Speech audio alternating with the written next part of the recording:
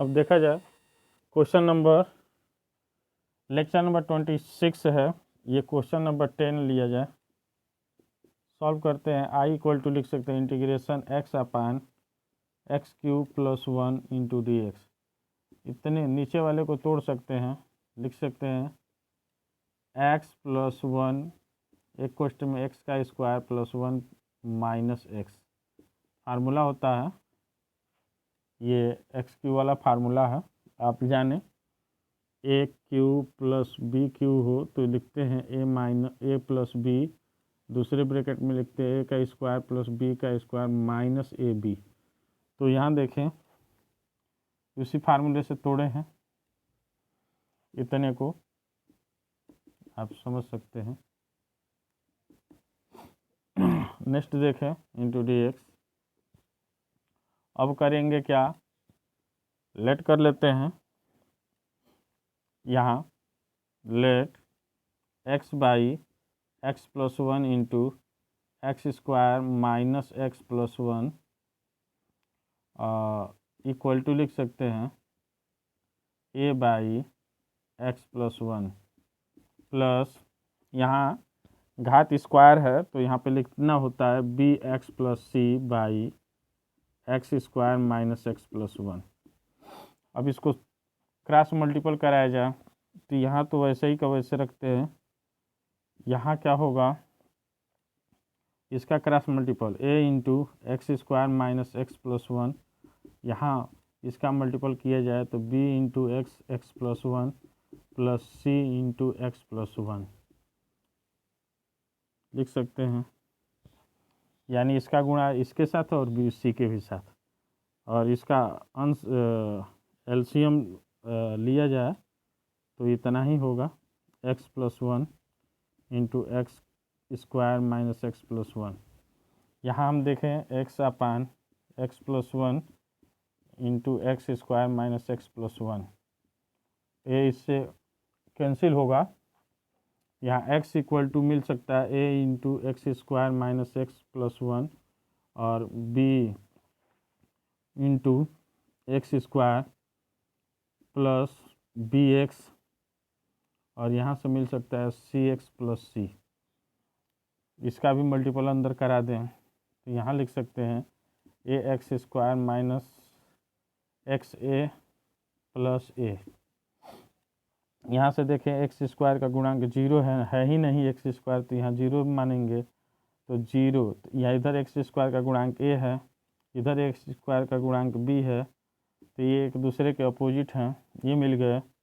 अब अचर ये x का गुणांक देखें तो 1 है, इधर x का गुणांक देखें माइनस a है, इधर x का गुणांक देखें तो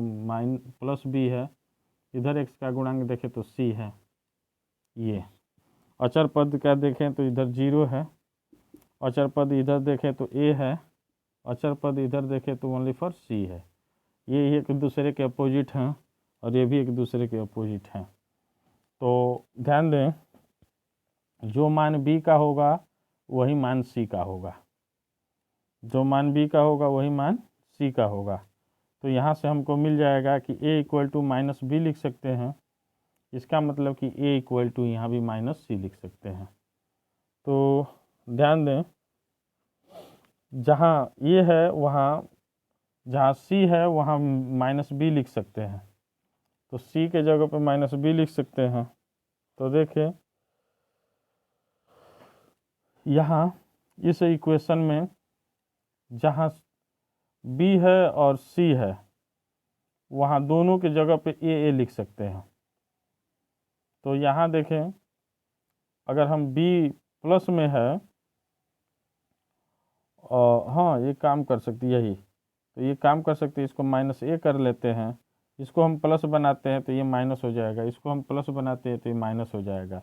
यानी बी सी के जगह पे हम माइनस ए और माइनस ए लिख सकते हैं, माइनस ए और माइनस ए। इसका मतलब कि ए का मान मिल गया, यानी यहाँ से हम ए का मान पा गए -1/3। ये जुड़ेगा तो 3 टाइम्स ए होगा तो ये 1/-3, ये ए का मान मिल गया। इसका मतलब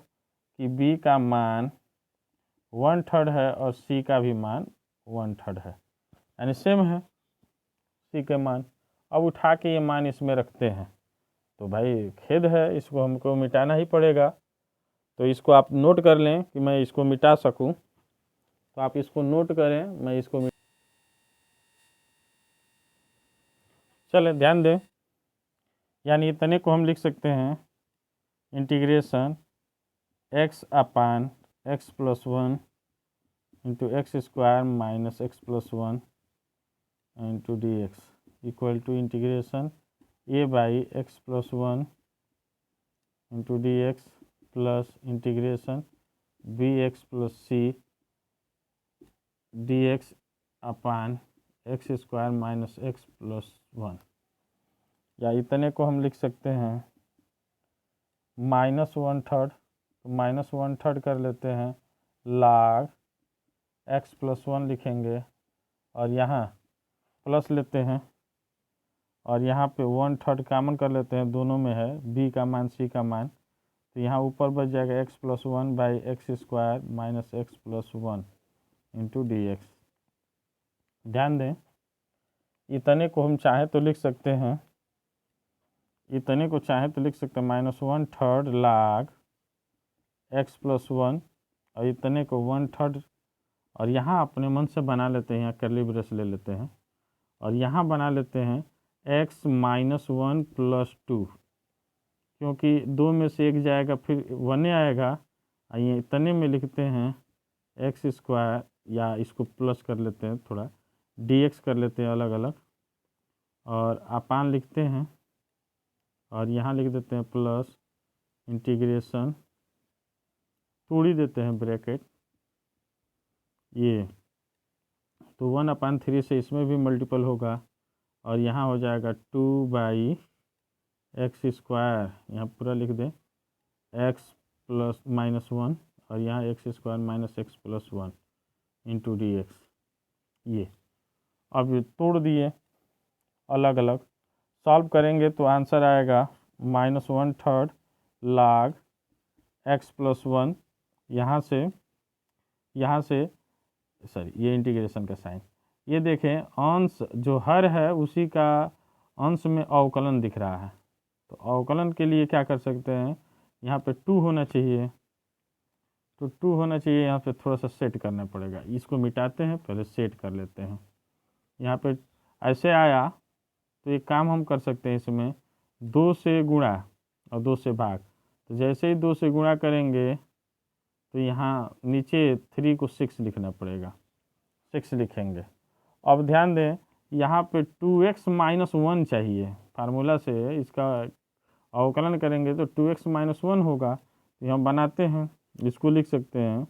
+1/6 इंटीग्रेशन 2x - 1 अपान यहाँ लिख सकते हैं x² - x+1 इंटू dx, और नेक्स्ट बचा इसका +2, इसको अलग करते हैं 1/6 लिखते हैं इसमें भी, और 2 dx, और अचर पद होता है उसको बाहर कर लेते हैं और यहाँ dx अपान कितना x² - x+1 रखते हैं। अब क्या करते भाई, एक क्वेश्चन अभी छोटा नहीं है, इसको इधर करते हैं, यानी यहाँ हम लिख सकते हैं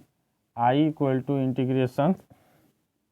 इंटीग्रेशन तो ख़त्म, यहाँ ये लिख सकते हैं 1/1/3 log x+1 प्लस है तो प्लस लिखेंगे 1/6, और इसको लिख सकते हैं